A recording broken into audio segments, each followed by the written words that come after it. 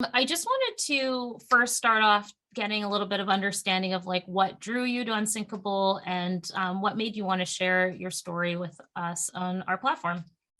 Well, one of the things that I'm a proponent of is storytelling. Yep. I've been a storyteller all my life. I've been in radio as a news journalist, as a sports anchor, and really my passion is storytelling. And so what I recognize is the power of story, and without people with Parkinson's or any other affliction telling their story, there's no way to get enough attention, to raise enough money, to do enough research to solve these issues, especially Parkinson's, which has been around for 204 years. And so for me, telling my story is sort of that first step of advocacy, where you begin to open up the people around you's worldview to like, oh, you have Parkinson's? I thought that was like for an old white guy, Yep. Considering that there are stigmas surrounding Parkinson's, how are you able to find your voice, and how do you help others with finding their voice? Well, it's really interesting. The stigma is a huge issue right now in the Parkinson's community, because there's the internal stigma when you get diagnosed and you're struggling with the acceptance of it, and who do you tell and when do you tell them? Do you tell your work? Are you still viable at your job? All these things come into like, are they going to want to hire somebody with a degenerative progressive brain disease? Like, Yes. It really screws with your head. And then for me, it was a case of having to realize that I could continue to resist it and try to fight it, or I could accept it and leverage it, and use it sort of to as a platform. And so with as far as the stigmas are concerned, I early on went to my bosses and asked to use, I work in radio and TV, and I asked to use all our platforms to make my announcement, to tell my friends, my colleagues that I have Parkinson's, and this is what that means. So from the point that I decided to go public, I was nationwide in Canada. Kind of leveraging the space that you already have. Right. So, and I believe everybody has their own superpower. And so like whatever you're really good at, use that to tell your story. Like you don't have to be a great writer. You don't have to be a great broadcaster. If you're great at knitting, then maybe you're telling people's story through knitting. Or if you're whatever it is for you, stick with your strengths, because living day to day with the disease is hard enough. To try to do something uncomfortable and awkward when you're already uncomfortable and awkward in your body. It's just exactly. So I love. Yeah, go ahead. Sorry to cut you off. No, I was just going to say, I really love that kind of using your strengths and being creative about how you share that story. I think sometimes we automatically think like, oh, there's only a couple ways to share our stories and it has to be this way. But it's almost like saying like, what are you comfortable with? What's your strength? Lean into that. And then also leveraging the platform that you do have, whether it's, in your own community or for you nationally, just making that step in the right direction. For some, but they're really good bakers, so they do pies for Parkinson's. Or somebody else may be a good pizza maker, or you make your own beer, or like whatever it is, you could leverage that into advocacy. I love that. That's so cool. I'm just wondering, like, when it comes to the factors that like shape your identity or sense of self, like how has that shifted over time, especially since your diagnosis? Well, it's one of the things that Parkinson's is a whole body disease. Everybody thinks of it as a tremor. Okay. There's a tremor that 80% of the people get, 20% of the people never get a tremor. Okay. And then there's 40 plus more symptoms that go along with it. Oh, wow. And most of them are non-motor, even though forever they've called it a motor disease. Okay. Most of them are non-motor. So depression, anxiety, it's urinary issues, the ability, you have bladder urgency, and you have constipation, and you have there's all sorts of gamut. Yeah. I mean, like every day you wake up and you're like, is that a today thing or is that a forever pain now? It's like I've got neuropathy, and then sometimes like I can't. You get really tight and rigid, and you become dystonic, or it's dystonia in your feet or your hands, or like I won't be able to stop doing this, which is like a dystonia thing with my Okay. hand where I'm turning it like a light bulb, Yep. or my feet will cramp really hard right in the Ooh. middle of the day. And so all these things are happening. And if I'm not trimming, people think I'm looking great. I'm like, well, you Got should it. be on the inside. Yeah, exactly. So And it's so, interesting. yeah, Oh, so go ahead. from my point of perspective, one of the other things that it impacts is my voice. And people go, your voice sounds great. Yeah, but I've lived with this voice for 50 years. And I know that it's weaker. I can't do as much with it. I stumble more. I can't Okay. find words as fast. Yep. And for me, that's been my calling card. I've been on the radio for 30 plus years.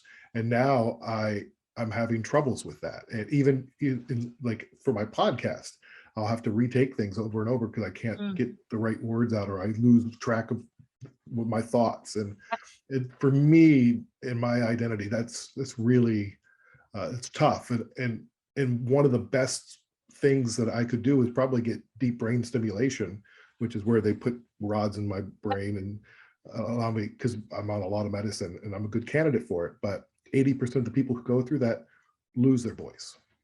Oh, really? And I so didn't know then that. now there's this, which do you go for, fewer symptoms, or do you keep your voice?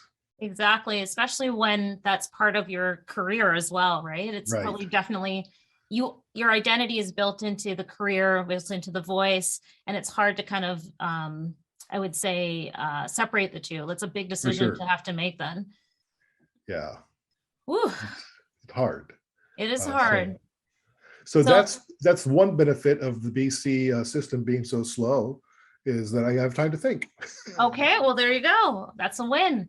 So it sounds to me like when it comes to your identity, it's almost like there are parts of it that, yes, you have control over, but then there's others where you almost don't have control.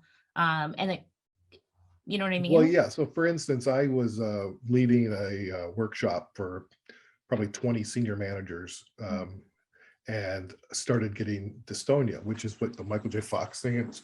You start Yep. moving, and that's a reaction to medication. It's not even a Okay. symptom, it's a reaction to medication. And it was the first time anybody had seen me with like a severe symptom.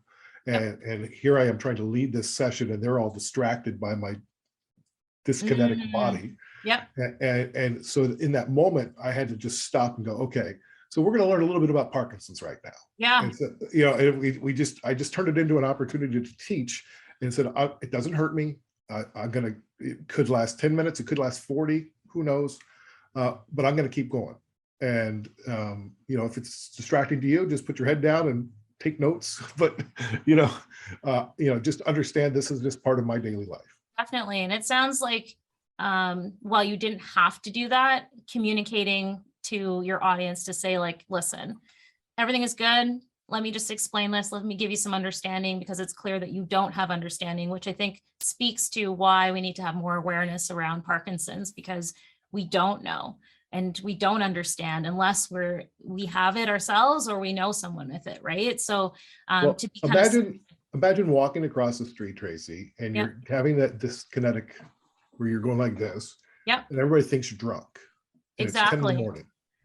And they're Wow. making comments at you, and you're like, "But I'm not going to just stamp on my forehead that I have Parkinson's." But No. And but you shouldn't have to, right? But right, it sounds like they're almost placing an identity for you, as opposed to understanding who you are and what's going on with you, or giving you the space to just be yourself. absolutely. And Wow. they fill in the blanks of what's missing from the story. Oh, I bet he's drunk. I bet he got fired. Or whatever. I mean, Oh, wow. in the absence of information, you create your own story, right? Yeah. And the story seems to be pretty wild and pretty negative. And Oh, for sure. No one's going, boy, he must have had a good night. exactly, exactly. And I feel like you've kind of touched on it, but I'm hoping that you can kind of speak to the correlation between mental health and having Parkinson's. Like, it sounds to me like they go kind of hand in hand. Yeah, I had never really experienced depression or anxiety or apathy before, and now it's something uh, I've experienced all in different ways and at different times, and will continue for the rest of my life. I mean, I'm on a lot of medications to help, moderate it, but it's I've always been a happy, positive force. We're going to do this. Job's going to get done. Yep. And there's days I wake up like, oh, I can't do anything today. I'm just going to lay in bed. Or I'll be after dinner. I'll just slink off into my kids' playroom, and I'll just sort of play with Legos by myself, just in my little cone of silence. Yep. And my wife would be like, "Where'd you go? Like, what's going on?" It's like, so, and I just need that time. Or I'll be in the car as somebody who is a passenger, and it's so anxiety filled. I can't open my eyes because I feel like we're going to get hit by a car all the time. Oh, no. Or if I'm in a big crowd, I start to have a panic attack. So, and that's all because of the, what's happening inside the brain of somebody with Parkinson's is we're losing our dopamine producing brain cells. Okay. So by the time any of our symptoms show up, we've already lost like 70–80% of them. Oh, wow. Okay. And so I've now been diagnosed 5 years. And so Yep. even more have died off. And there's, we don't know exactly what causes it, although it is a combination of genetics and the environment, most likely. But we have no idea how to stop it. It's progressive and it's degenerative. So like, as life goes on, like this is, and it's not like a straight line. Like today or this hour can be great, and then the next hour horrible, and then in 3 hours it may be the best I've felt in a year. Like it's sounds like a little bit of a roller coaster. That you're kind of just not stuck on that ride, but a little bit stuck. You're ride, stuck right? on it. And what's interesting about dopamine, and people think of it as the happy drug. Yeah. But it also is the communication drug from your brain to your body. Okay. So anything that is automatic that happens in your body is now affected by Parkinson's disease. Oh, wow. So okay. For me, that means learning for me. Yep. So for me, that means at night when you're dreaming, you're Yep. paralyzed. So you don't act out your dreams. If you've ever tried to scream in your dream, you can't. Okay. Yeah. When I scream in my dreams, it's loud and it's blood curdling. If I'm in a fight, I'm fighting somebody, and my arms are moving and I'm flailing about, and I could hit the nightstand, or I could, a couple times my wife has taken the wrong side of my elbow, and so now we are in separate beds because of her safety, and because just the other night I fell out of bed twice in the middle of a dream. Oh man. So there's no way to control that. So anything that happens automatically, like I can't, like when you urinate, for instance, your bladder empties. Okay. Mine doesn't, just fully empty, and so I always feel like I have to go. That'd be frustrating. Oh yeah. So it's like there's so many of these little things that we're dealing with. But the depression, the anxiety, and the apathy are also part of the symptoms, not the reaction to the disease. Oh wow. Okay. So I imagine that it might, like when I hear you saying that, it feels overwhelming. Like and to not kind of know what's going to happen from one night to another. Like it sounds anxiety driven. You know how everybody felt with COVID? Yep. Yeah, we were prepared for that. Exactly. Oh, well, I wonder too, like, especially as a male, like there are already stigmas associated with men seeking help for their mental health, like support and that. Like, how has that shifted for you, having never experienced that before? Like, how does that shape your advocacy work? I don't know if I'm asking the question correctly, but I'm just kind of wondering about like. Let me see if I can tackle it. Okay. I never went to doctors. Yeah. I was never doing counseling. Yep. I never took drugs, like prescriptions on a regular basis. I understand. And since Parkinson's, I've become a fan of doctors. I collect them like baseball cards. Okay. I think I've got 9 of them now. Yeah. And I love pharmaceuticals. I take 26 different pills a day, Wow. 26 pills a day, and Wow. most of those are levodopa, which is replacement dopamine. Okay. And then, but some of them have to deal with depression, anxiety, and other issues that I have. And then, as far as being a male and getting over that, like I am so over being embarrassed or being like, I'm like, listen, I'm going to try to live my best life, and I need to do that not just for me, but for my wife and my 12-year-old son and my family and my colleagues. Like I want to be one of the biggest things that is washes over you when you get diagnosed with Parkinson's is I don't want to be anybody's burden. Yeah. And does my life have any value anymore? Definitely. I can see And that. it takes a long time for people to process that, so they can get to a point where they can begin to tell their story, where they can begin to advocate. Yes. And I think people need that time. If you jump in too early, you won't have sort of gone through the machinations that you need to in order to accept Parkinson's is part of who you are now. And you can mourn your past life. Lord knows I do all the time. Of course, yeah. And so does my wife. Like my wife and I, we've been married 22 years. Oh, wow, congratulations. Thank you. For the first 17 years, we're both communicators by trade. And so it was easy. We were like finishing each other's thoughts. We weren't even talking out loud. We were just, and now like she'll say something and I'll say something and we're like missing each other on the highway. Like, okay. And so we're having to relearn how to communicate with each other. Definitely. And I wonder too, like, while you're learning how to recommunicate with your wife, like, I see kind of your kind of saying, I need to live my best life, like not letting your diagnosis or the symptoms or the mental health stuff kind of affect you. Like, I wonder if like your son is learning how to really communicate like his feelings and how, you know what I mean? Like, what's the strength in that? Well, I mean, he doesn't care about Parkinson's. He just wants his dad. Exactly. You know, so which is great. I mean, he does care. I mean, he knows what's going on. He can talk about it. He's on the podcast every now and again. Oh, nice. But for the most part, he just really wants, like last night, he just wanted to really play Lego and cars. I'm like, cool, let's do it. You know, I love it. And so I like to have that time with him. And you know, one of the issues, and I'm on the Michael J. Fox Foundation Patient Council. And I brought this up just last week to them. I said, you know, not only is the movement, the REM sleep disorder, which is when you're not paralyzed when you're sleeping, not only is that just sort of dangerous and it disrupts your sleep, it actually impacts the family unit, because now we don't have those intimate, quiet chats at the end of the day in bed together because we're not together. And so now we have to find new ways to connect them like that. And we have to make appointments with each other during the day. Like, okay, do you have half hour here that we can just sort of sit down and catch up? And totally. Yeah. Being way more intentional about when and how you interact. And for the purposes of safety too, right? Right. But quality of life wise, it's just like everything changes. So you have to reset. I want to shift a little bit. So you co-founded PD Avengers. And I'm curious to know kind of what led you to that. And then also if you could talk about like the power of peer support.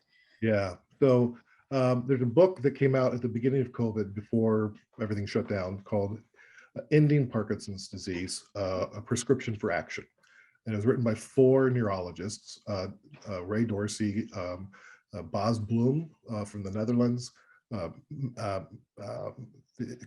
Dr. Oken, Michael Oken from the University of Florida, and Todd Shear, who at the time was the CEO of the Michael J. Fox Foundation.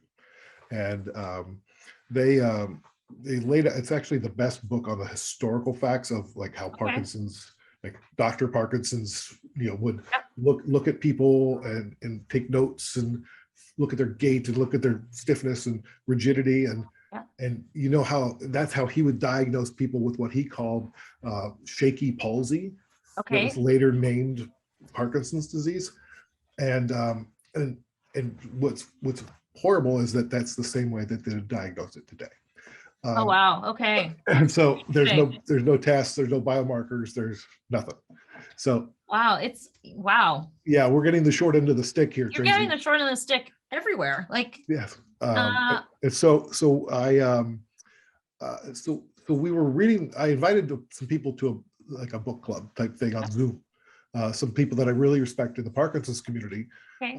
but didn't tell them who else was invited.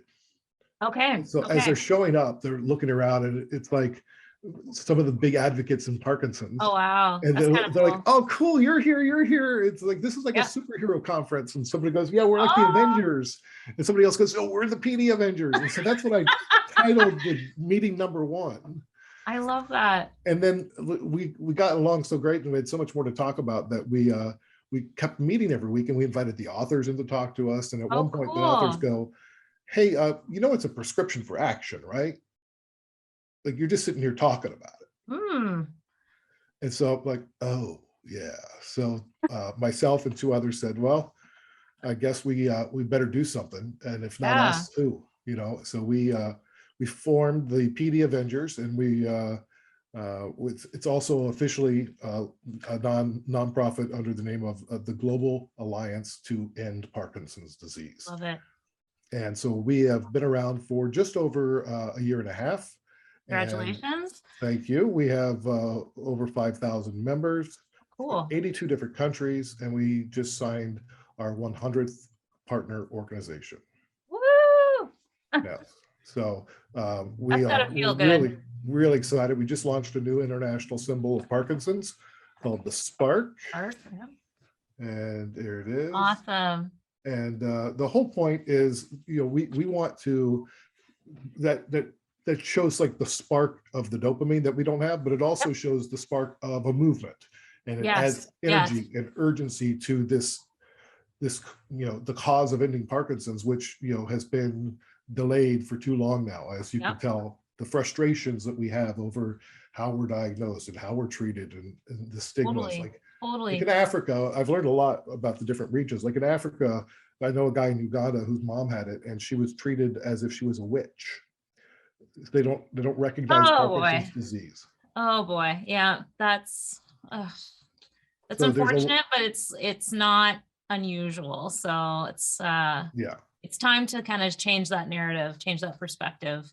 So our what we do is we provide a global vision Yep. that can be executed locally around the globe, Super cool. depending on what your needs are there. So we're going to launch a 5-year campaign around stigma of Parkinson's in conjunction with the World Health Organization, who is launching a 10-year plan on reducing the stigma in neurological brain disorders. Oh, wow. Oh, wow. Yeah. Okay, you're making some big movements. I love this. Oh, yeah. Yeah, we're This going isn't big. a small thing. This is a big movement. Yeah, yeah. And our organization is now part of the UPAC, which is a United Parkinson's lobbying group. Yep. That's led by the Michael J. Fox Foundation, and next month we'll be putting in some legislation through some House members and some Senate members, both bilateral bill that is the national plan to end Parkinson's disease.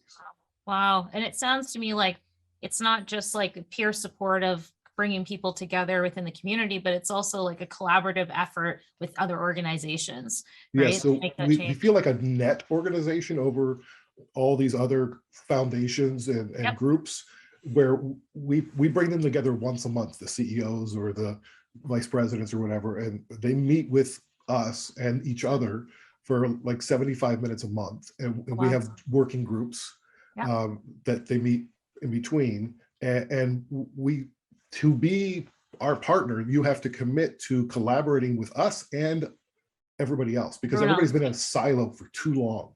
Yes, exactly. We're all fighting the same fight. So let's leverage each other's strengths. Totally. And and have a common message at least once a year that we can push out there. Yes. So this year it was the Spark, and the Spark is, we encourage everybody to personalize the Spark. Put your name on it. You can say for mom, you can draw a picture on it, put your logo on it. You can do whatever you want with it, because no two people have the same Parkinson's. So no one icon can capture everything that the disease has to offer. I love that. I love that. It's like that interactive piece, but also bringing everyone together and also celebrating the uniqueness of every person, right? Yeah, everyone has value.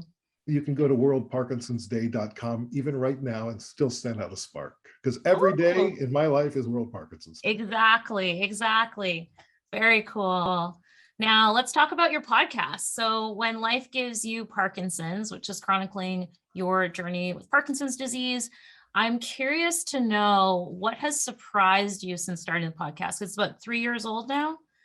Yeah, we started in 2018, so we're about 4 years in now. 4 years, my friend. Yeah, and it's surprising that it was easier to do earlier on, just because it's hard. It takes me longer to do things now. Okay. Like Yep. I've been able to track my own ability to multitask or to edit or to, really find the theme or. Yep. So it's just.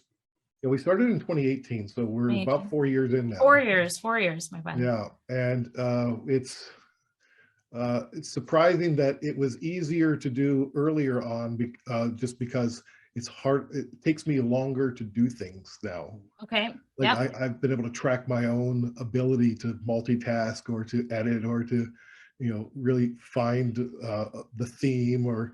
Yep. So it's just.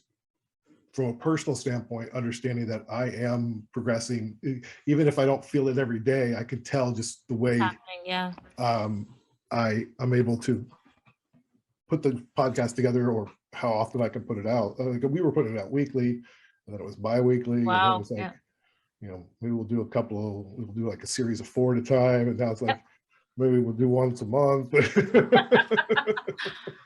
it out when you can.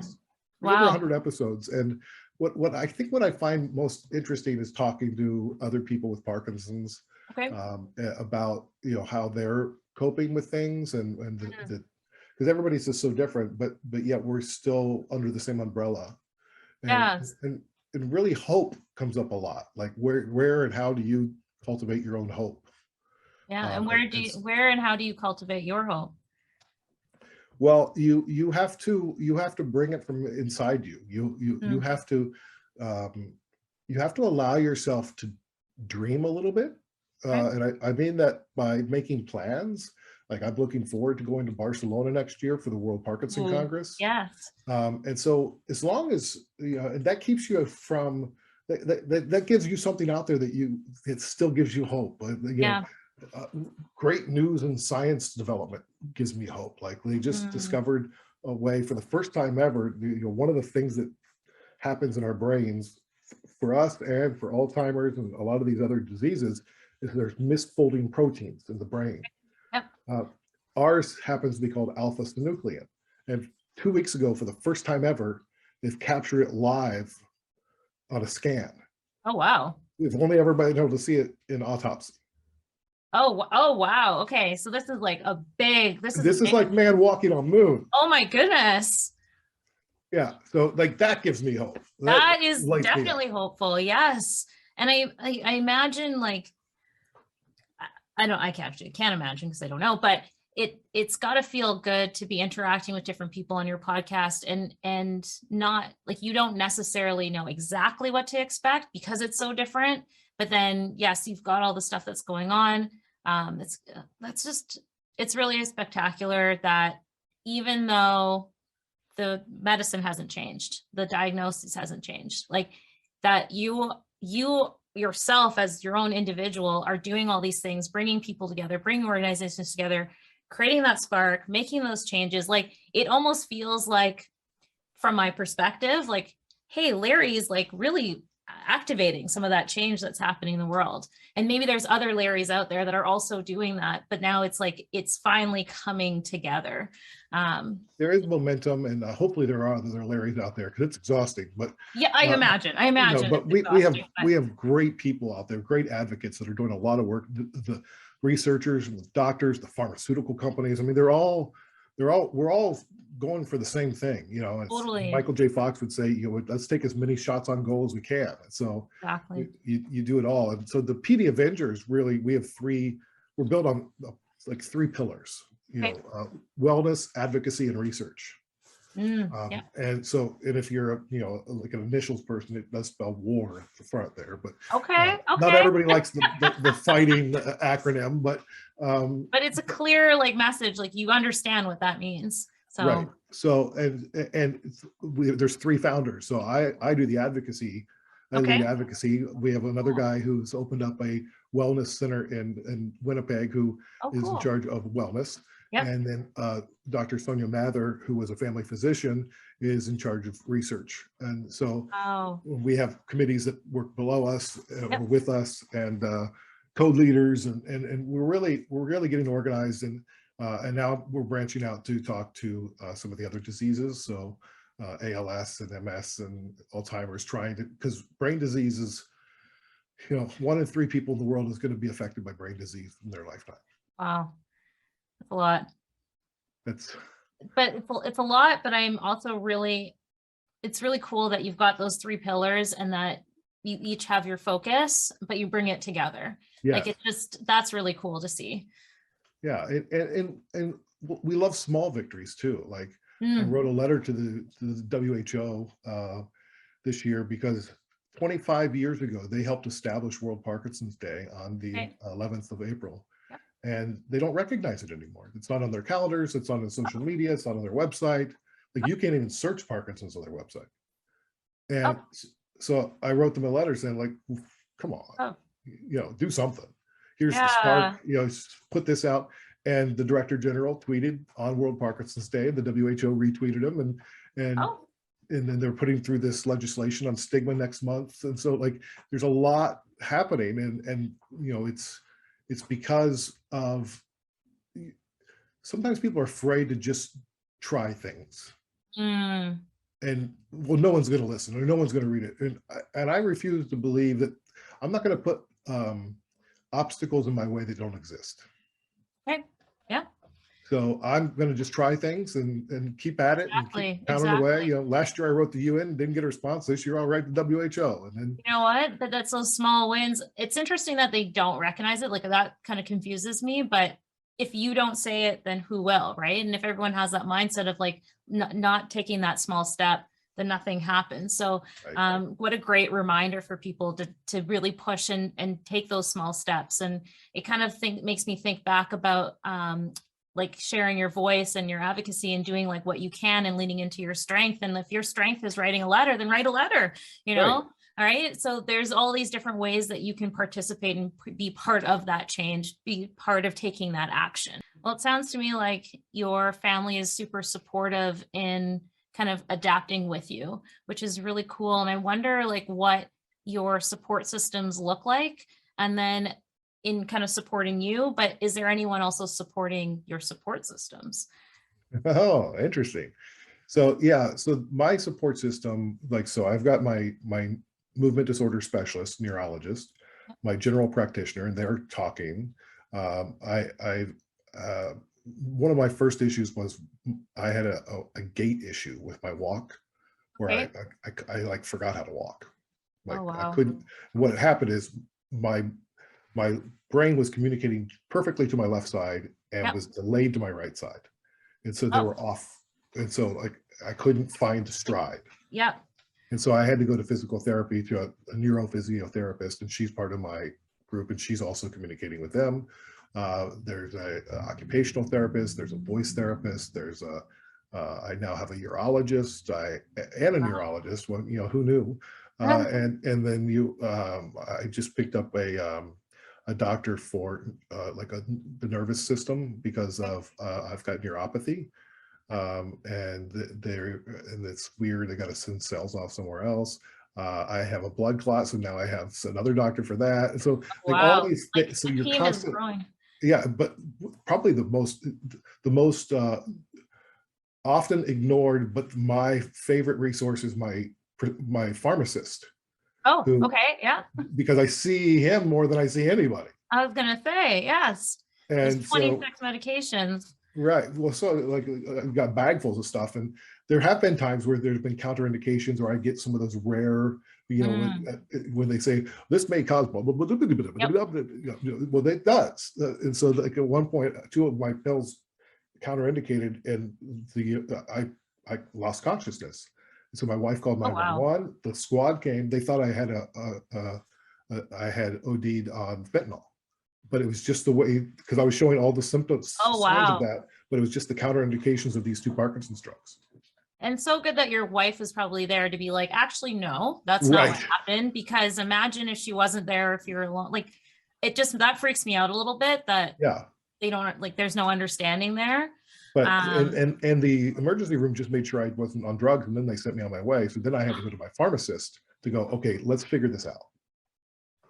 That's wild. I'm sorry, what? Like, Yeah, that's what happened. that concerns me. I'm just gonna put that out there. Wow.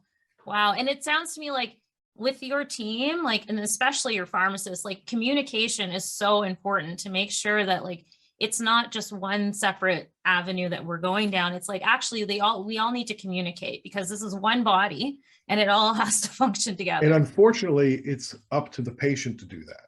And the Wow. patient is already, you know, has a million things to worry about. But and Parkinson's is a weird disease where there's no standard protocol for treatment.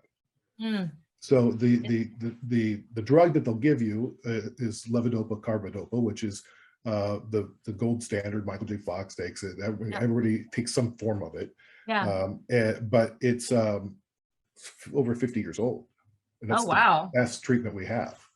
And so, Interesting. like for me, they'll start you on the lowest dose, and then they'll increase it over time, and people think they're getting worse, and they're just trying to find the Like the status, right like amount. right. They want to give you as little as possible, Of course. because you're going to have this Be for the most rest of your effective. life. Yeah. It's And it's, interesting that that medication hasn't changed for 50 years. Like I'm surprised by that. Like, oh, it's so frustrating. It's so yeah. frustrating. I don't know. It's because the disease, there's not the urgency associated with the disease that there are with other diseases, because we live a long time. So like, well, at least you're not going to die So from it. like, You'll die with it. And I'm like, oh, wow. okay. So you think 30 years of torture is better than a quick death? I don't know. I'd argue it. I would argue it as well. That seems absolutely ridiculous. So it sounds to me like even within your within your own support system, you need to advocate for yourself to make sure that, you know, that you're being taken care of properly. And then when it comes to like your loved ones who are supporting you, are there support systems for them? Like I imagine that it's difficult to, you know, your wife to navigate Parkinson's when maybe you're navigating it together. But yeah, I just wonder if like there is support. Well, so she is a co-host of the podcast. Okay. Yeah. And so, which is great. So we have both sides of the story on the podcast. I like that. And we've developed great friends throughout the community around the world. And COVID was actually really good for making the world a lot smaller and accessible. Yep.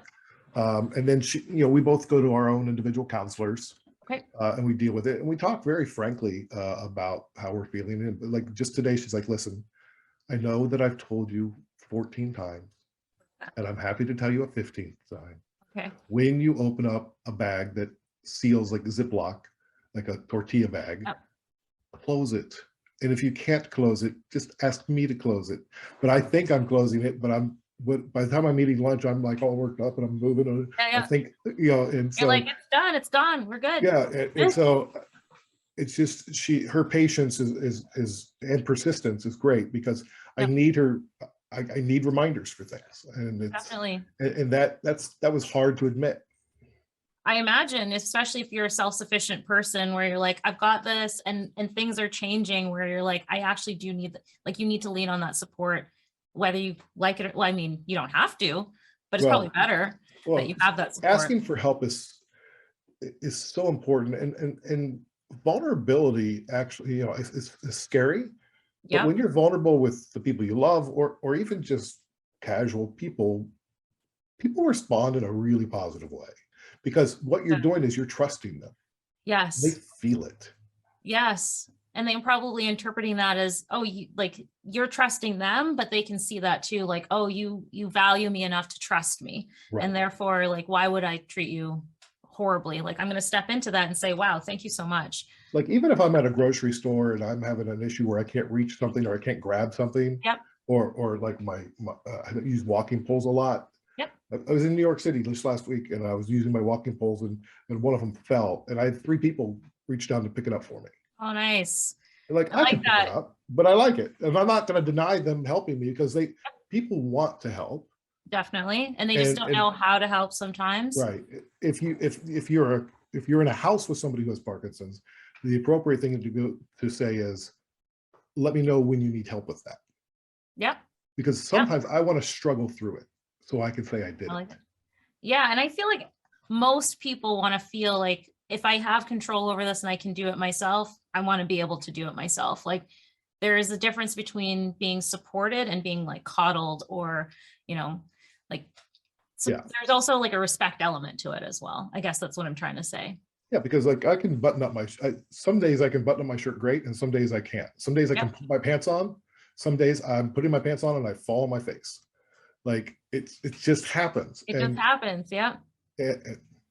And sometimes I can't get out of bed, and so I'll go, hey honey, can you give me a hand to get out of bed? Because like I can't figure out how to tell my mind to make my back sit up. Yeah. And how nice is it that she's just there to be like, okay, like, I've got you, Yeah. but like, I really like that. I like that, it's not just like, hey, I want to support you and I'm going to be all over you and helicopter you. Like, it's not like that. And I think anybody's like that, whether they have Parkinson's or not. It's like, yes, like, support is needed, but it's not needed in a way that is belittling, I guess. Right. If that's fair to say. Everybody needs to have patience, because yes, one of the key things for Parkinson's is that everything slows down, and that can be a blessing at times. Yeah. You just take some time to, I'd say, smell the flowers, but you also lose your sense of smell with Parkinson's. Oh no. So, yeah. No flower smelling. No flower smelling, but they look pretty. Well, there you But go. yeah, but so, and we just adapt to things, and some days we'll make plans and I'll wake up and I'm like, I can't do anything today. Yeah. And if you want to go, that's fine, but I'm I only have so much energy in a day and so much energy in a week. So if I have we have a couple of rules, but one of them is after 5 o'clock, no open-ended questions. Oh, I like that. Because it's just like, I've worked all day and it's like, it's hard. So, even like, so what do you want for dinner? Yeah. Just can you give me 3 choices? And I'll make it easy. Make it easy. Yeah. I like that. You're kind of setting out the expectation and creating like a new norm of like, and then it just becomes like, we know after 5, no open-ended questions. It's really clear. You're probably bettering your communication at that point. So then in the morning, we're both right on. So that's when we have a lot of our talks that are important. And nice. And so you just have to learn that. Exactly. And that's different than it was. And we both read Brene Brown, so we like to borrow her stuff. And like, we went on the holiday the other couple, like over spring break. And so as we were getting prepared, she goes, well, in your mind, what does this holiday look like? What is a successful holiday? And so we shared with us what our intentions were for the holiday. And it was, she wanted to go hiking and I wanted to just sort of do nothing. And my son wanted to do something else. So then we try to find ways to make sure everybody's getting what they need. And even if that means, going their separate ways for a while and then coming back. And I wonder too, like, you have, your loved ones around you, you've got PD Avengers, like you've got your podcast, but for people like, have you interacted with people who maybe don't have any of those resource or support systems around them? And then for that, like, where do they go? How do they? Well, so some people will join, like there's a buddy network that Fox Foundation has put up where you can go online. It's almost like a personal Facebook type thing where you can, there's mentors there, people who have had Parkinson's for a while that maybe have working in your industry or whatever. So you can go to the buddy network and just Google that. You can go to pdavengers.com and learn more about it, see what's the latest information is. You can sign up to be a PD Avenger. It's free, and you can be as active as you want. More than anything, you'll just get information and links to things and know what's happening. I think it's really important to keep educated on what's happening in Parkinson's. And if you don't see what you want, make it. I like that. So for instance, I always wanted to do theater. I started college as a theater major, Okay. and then got into radio because it was in the basement of the theater and it was easier. Yeah. But now through the podcast, I was exploring people that were turning to comedy after their diagnosis. Okay. And Yeah. so I worked with a friend of my, my neurologist partner is an improv artist. And so Okay. we did a little work, like 3-week workshop, and then we put on a performance that I used for the podcast. But now we have a troupe. We've been Oh, going for cool. 2.5 years now. It's improv for Parkinson's, and we've developed a program that's now being researched because of Cool. all the benefits it has for people with Parkinson's. Oh, wow. Look at that. Stepping It's, into what you want. yeah, so you create your own happiness. Exactly. Now, thinking about just any strategies or tools or resources, is there anything that we haven't touched on that you'd like to spotlight? Oh boy, there's so many things. The dance and singing and like almost anything can benefit you. But exercise of any kind Okay. is the only thing doctors can prescribe to people with Parkinson's to Okay. keep your symptoms from accelerating faster. And So you can slow the progression through yeah. exercise. And when you say exercise, like, does it like, is it really just living in physical, or can like saying like the improv, like you're exercising your mind? So it's And there's a little important to bit of do movement. both because you Okay. want to create some new neural pathways. Okay. But you also they want you sweating. Oh, okay. So like an hour and a half of actually, intense workout. like, Yeah. oh, And like each week, if you get an hour and a half in, that's like minimum. And some people are doing okay. like, that's why you see people running marathons and stuff. And I'm like, Oh, wow. Yeah. I'm like, okay. Like there's, and people are like, well, if you can run, you can't have Parkinson's. And like, oh, but, wow. but the thing is, it's harder to walk than it is to run when you have Parkinson's. Interesting. Because walking is something that you do unconsciously, and running is a conscious thing. Okay. Okay. So it uses two different parts of the brain. Yep. Sometimes it's easier to walk backwards than it is forward. Sometimes side to side. It's so weird. It's just a weird disease. It's weird, but it's also like, it really makes you think like, okay, it doesn't have to just be this way. Like you're moving your body. Doesn't matter if you're walking backwards or forwards. No, like, it right? doesn't matter what exercise you do. So yeah. If you like tennis, great. If you like ping pong, that's fine. Like, okay. Like there's ping pong Parkinson's. Like it's huge. They got world championships. Cool. I love that. A nice way to kind of like get that support, bond, connect, but then also you're helping your Parkinson's as well by moving and exercising. Right. So it's kind of like checking off multiple things, which is really cool. Is there anything else that's currently bringing you joy? And I know we touched on hope already, but like in the future, is there anything that like you're hoping for? I'm hoping to end Parkinson's. Yeah. And I'm not, I know that sounds like, wow, but yeah, aren't we all? No, that's my mission. I love that. And you're actually you're taking the steps, you're making that action, you're putting in those small. Yeah, and it's not just because I'm advocating, but I'm also learning. I'm also, we have to be a loud, uncomfortable, ever-present voice in order to be heard, because we are already being ignored. So we have to get over what, the 200 years of people not thinking what we have is serious. Wow. In order to get their attention. And so I'll do whatever I have to do that. And then, watch my son grow up, and, spending time with my wife, and all those things give me joy. But I'd like to do that without 40 some symptoms. Yeah, exactly. I'm curious to know, what does it mean to you to be unsinkable, and how have you demonstrated that in your life? Ooh, it's, what does it mean to be unsinkable? It means to, sorry, my son is stomping in the other room. That's all right. To me, unsinkable is tenacity, it's persistence, it's a little bit of mind over matter. It's being able to recognize when everybody else thinks it's a losing cause, that there is light there that you can reach for, and know that there's always hope. And I feel like it's a daily exercise. You know, depending on who you run into and where they are in their medication cycle that day, Yep. you're going to run into people that are depressed, angry about Parkinson's, and you're going to run into Yep. people that are really positive about the development. Like, so what I try to do is keep as balanced as I can, Yep. and be as positive as I can to the community, Love that. and try to be their light as I'm trying to find other light.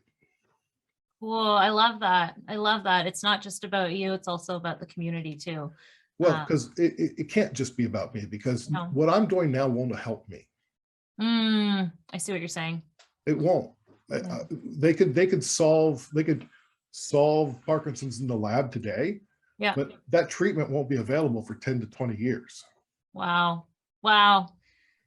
So I'm not doing this for me. I'm doing No, this for the next generation. exactly. And everybody that's kind of doing it with you right now is Right. doing it for the next. So you're all being someone else's light, which is really cool, because together the light expands. So kind of going back to that, bring everyone together, Yeah. that power of collaboration. Amazing. Now, I guess the last kind of question is just, is there anything else that we haven't touched on that you want to share with the community that's on your heart? Yeah, I think I think it's important to acknowledge the people in your life that are caring for you, and to Yeah. thank them, and to make sure that you do whatever you can to help care for them. Now, for me, that means I have to remember to run the dishwasher every night, Okay. Yeah. and I have to clean up the dishes after dinner, Yeah. and take the trash out, like things I can do. And that, like, even at work, like, I do what I can do, and Yeah. I work with everybody to a given month. Like, I may not be able to do something, and so we'll give that to somebody else. But I mean, finding ways to show appreciation, because that helping you is probably not their life's goal. Yeah, that's And, fair. and so we should really appreciate them as much as we can, and it goes both ways. But I mean, I think really it's um, it's a hard job to be a person that cares for somebody else.